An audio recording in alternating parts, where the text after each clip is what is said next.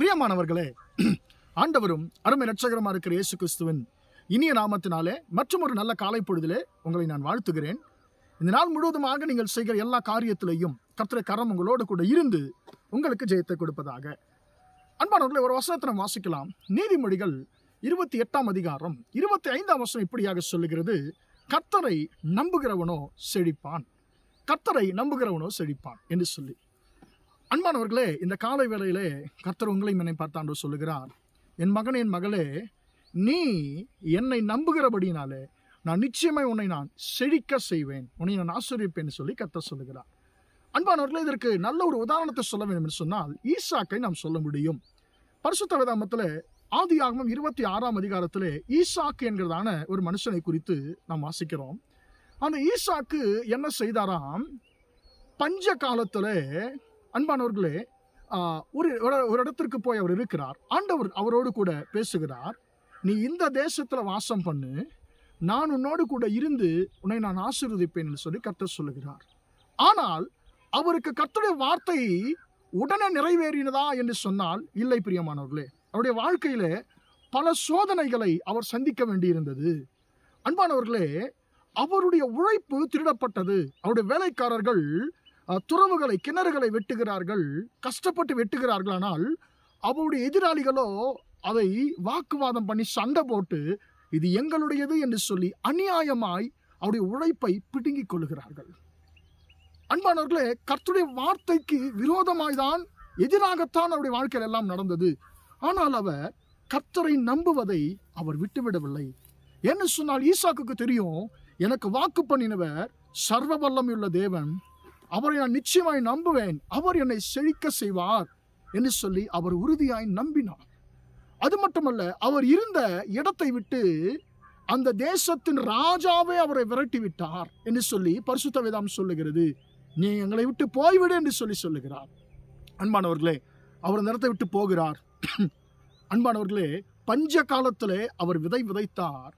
கர்த்தர் அவரை ஆசீர்வதித்ததினாலே கர்த்தர் 100 மடங்கு அவர் பலனை ஈசாக்கு அவர் அறுவடை செய்தார் என்று சொல்லி வாசிக்கிறோம். எந்த நேரத்தில்? பஞ்ச காலத்தில். மற்ற பக்கத்து நிலங்கள் எல்லாம் காய்ந்து கொண்டிருந்தது, தண்ணி இல்லாமல் காய்ந்து கொண்டிருந்தது. ஆனால் ஈசாக்கு பஞ்ச காலத்தில் விதை விதைத்தார். கேட்டால் என்ன சொல்லியிருப்பாரு? எனக்கு தெரியாது. ஈசாக்கே, உனக்கு என்ன புத்தி ஏதாவது கெட்டு போயிடுச்சா? அது அவன் தண்ணி இல்லாமல் நிலங்கள் காய்ந்து கொண்டிருக்கு, நீ இப்போ போய் விதை விதைக்கிறாயே, என்ன உனக்கு ஏதாவது புத்தி கிதி ஏதாவது மட்டுப்பட்டுச்சா என்று சொல்லி அவரை பார்த்து ஏளனம் செய்திருக்கக்கூடும். ஆனால் அவர் ஒரு வார்த்தை சொல்லியிருப்பார், நான் கர்த்தரை நம்புகிறேன், அவ்வளவுதான். கர்த்தர் என்னை ஒரு நாளும் என்னை வெட்கப்படுத்த விடமாட்டான்னு சொல்லி தண்ணீர் இல்லாத நேரத்தில், வறண்டு போய் கொண்டிருந்த நேரத்தில், பஞ்ச காலத்தில் அவர் விதை விதைத்தார். கர்த்தர் அவரை ஆசீர்வதித்தபடினாலே 100 மடங்கு பலனை அவர் அறுவடை செய்தார்.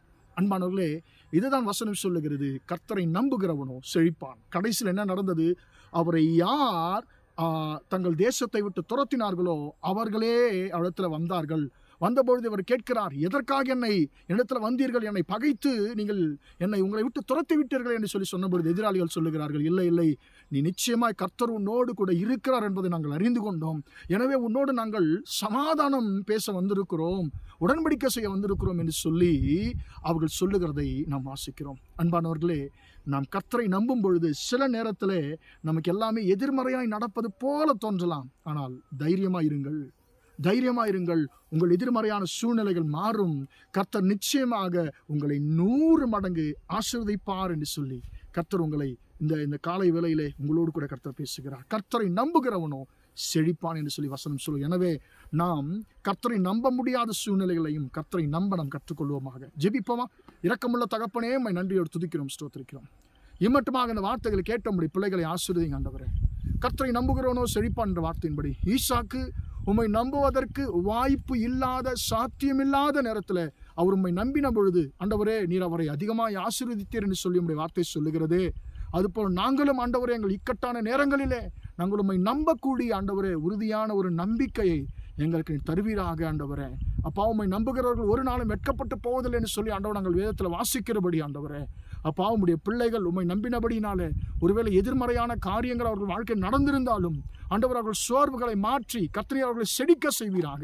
ஆண்டவரே, இந்த வார்த்தையை கேட்டுக்கொண்டிருக்கிற ஆண்டவரே, எங்கள் சகோதர சகோதரிகள் வாழ்க்கையில 100 மடங்கு செழிப்பு ஆண்டவரை உண்டாகட்டும் என்று சொல்லி ஜெபிக்கிறேன். இந்த நாள் முழுவதுமாக எங்கள் சகோதர சகோதரிகள் செய்கிற எல்லா காரியத்திலையும் கர்த்தருடைய கரம் ஆண்டவரே அவர்களோடு கூட இருந்த ஜெயத்தை கொடுக்கட்டும் என்று இயேசு நாமத்தில் ஒப்பு கொடுத்து ஜெபிக்கிறேன் ஜீவனுள்ள நல்ல பிதாவே. ஆமென், ஆமென். பிரியமானவர்களே, கர்த்தர் உங்களை ஆசீர்வதிப்பார். Praise the Lord, praise the Lord.